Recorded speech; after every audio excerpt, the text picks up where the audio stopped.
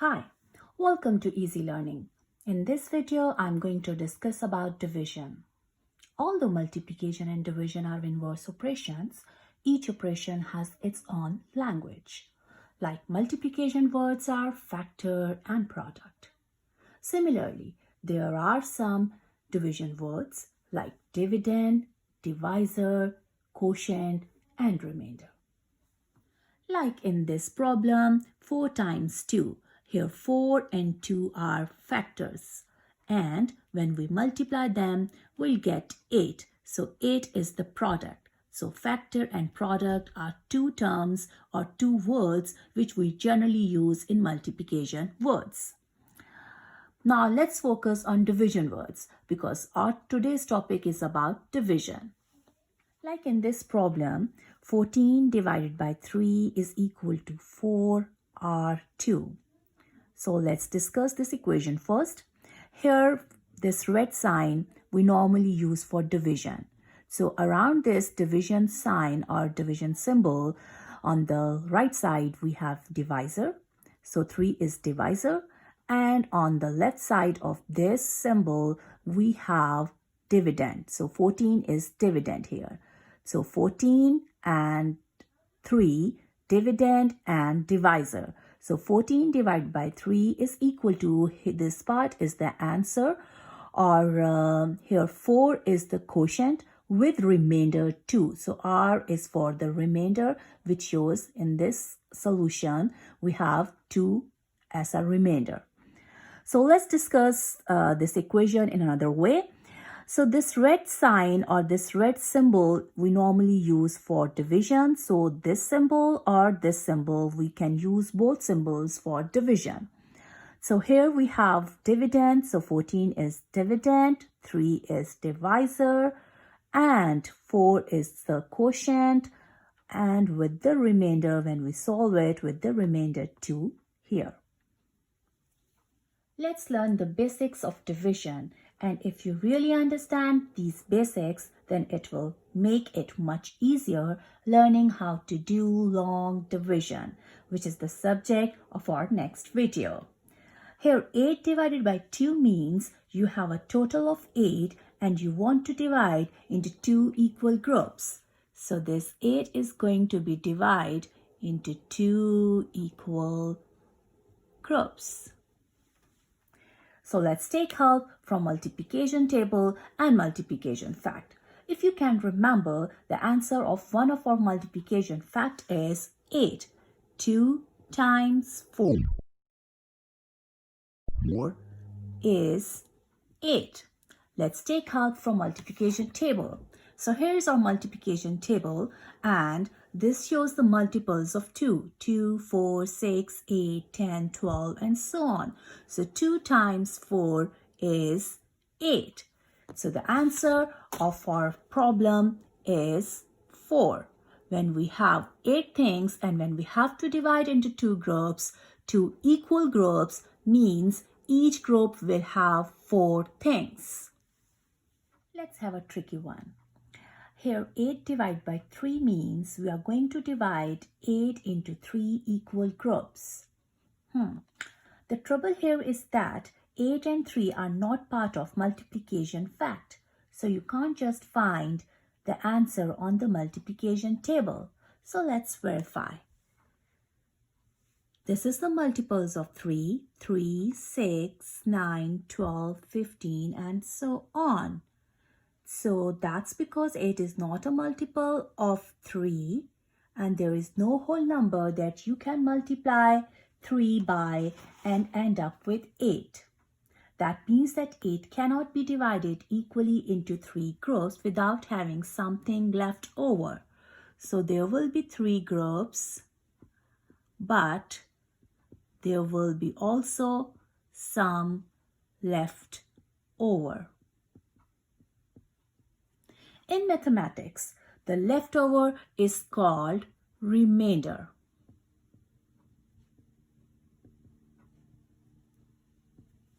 Let's understand this problem like this. Suppose we have 8 Legos and we want to divide them equally among 3 kids. So let's divide. one Lego for each kid. Now I have to divide these Legos. So two Legos for each kid. Now these still left. If I give this Lego to kid 1 and this Lego to kid 2, then there will be no third Lego for third kid.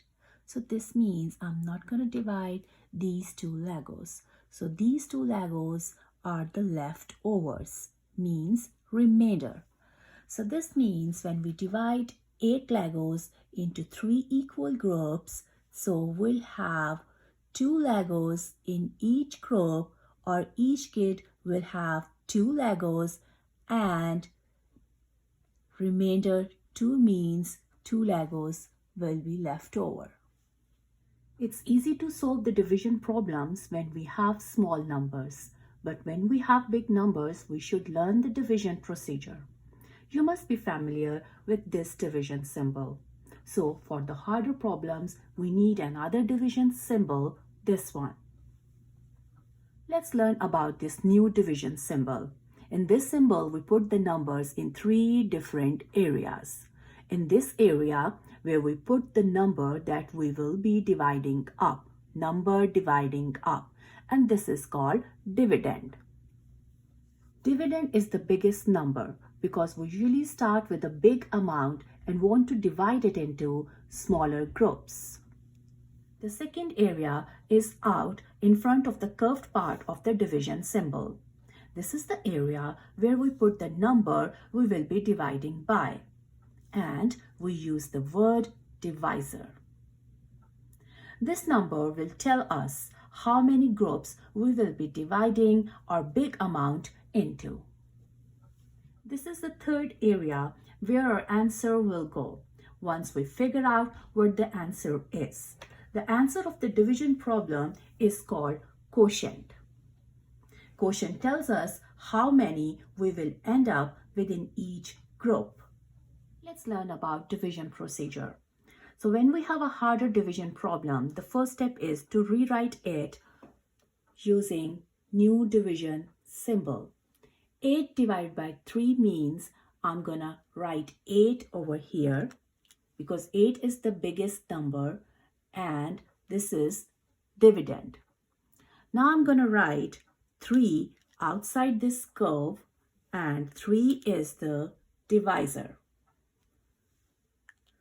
Now our next step is very important because now you have to figure out the answer. Let's think about multiples of 3. 3 times 1 is 3, 3 times 2 is 6, 3 times 3 is 9.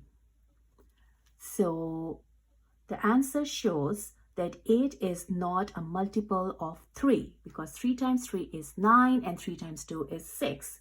So there is no whole number that you can multiply 3 by and end up with 8. So what should we do?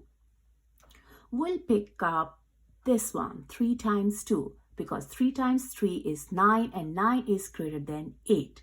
So we'll go for 3 times 2. So 3 times 2 is 6.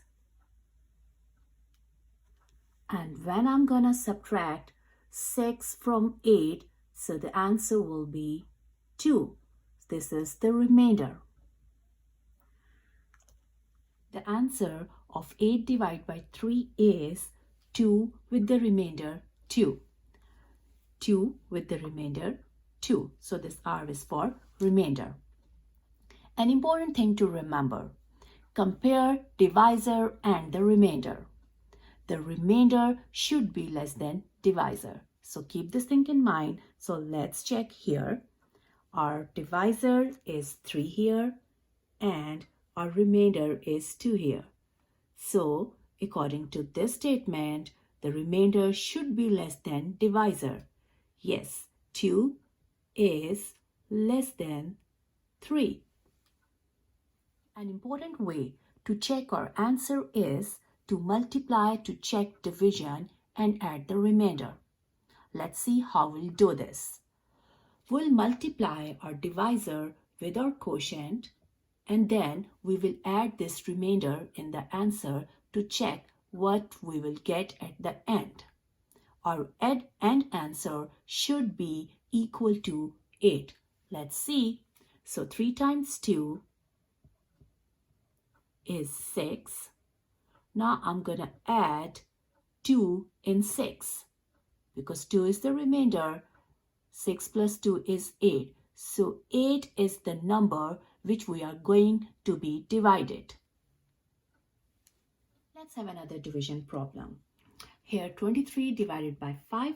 So the first step is to rewrite it using this division symbol.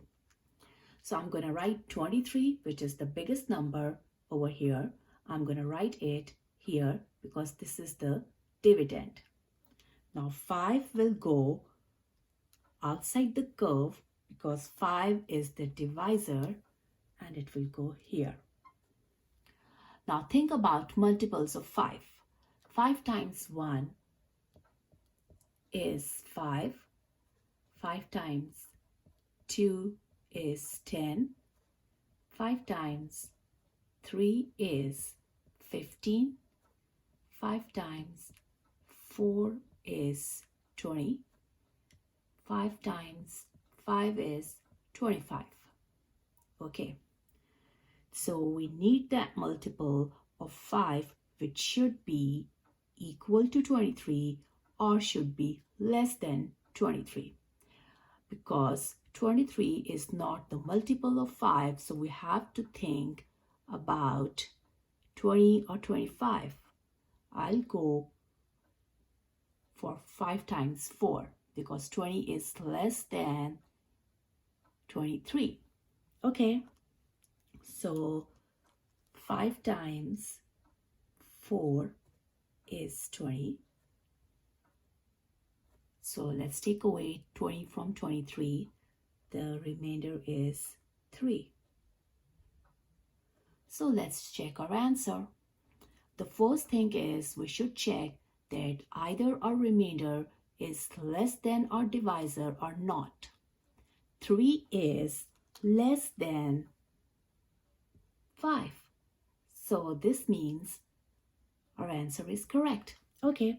Another way to check the answer is to multiply the divisor and the quotient. So the quotient here is 4 and divisor is 5. So let's multiply both. 5 times 4 is 20.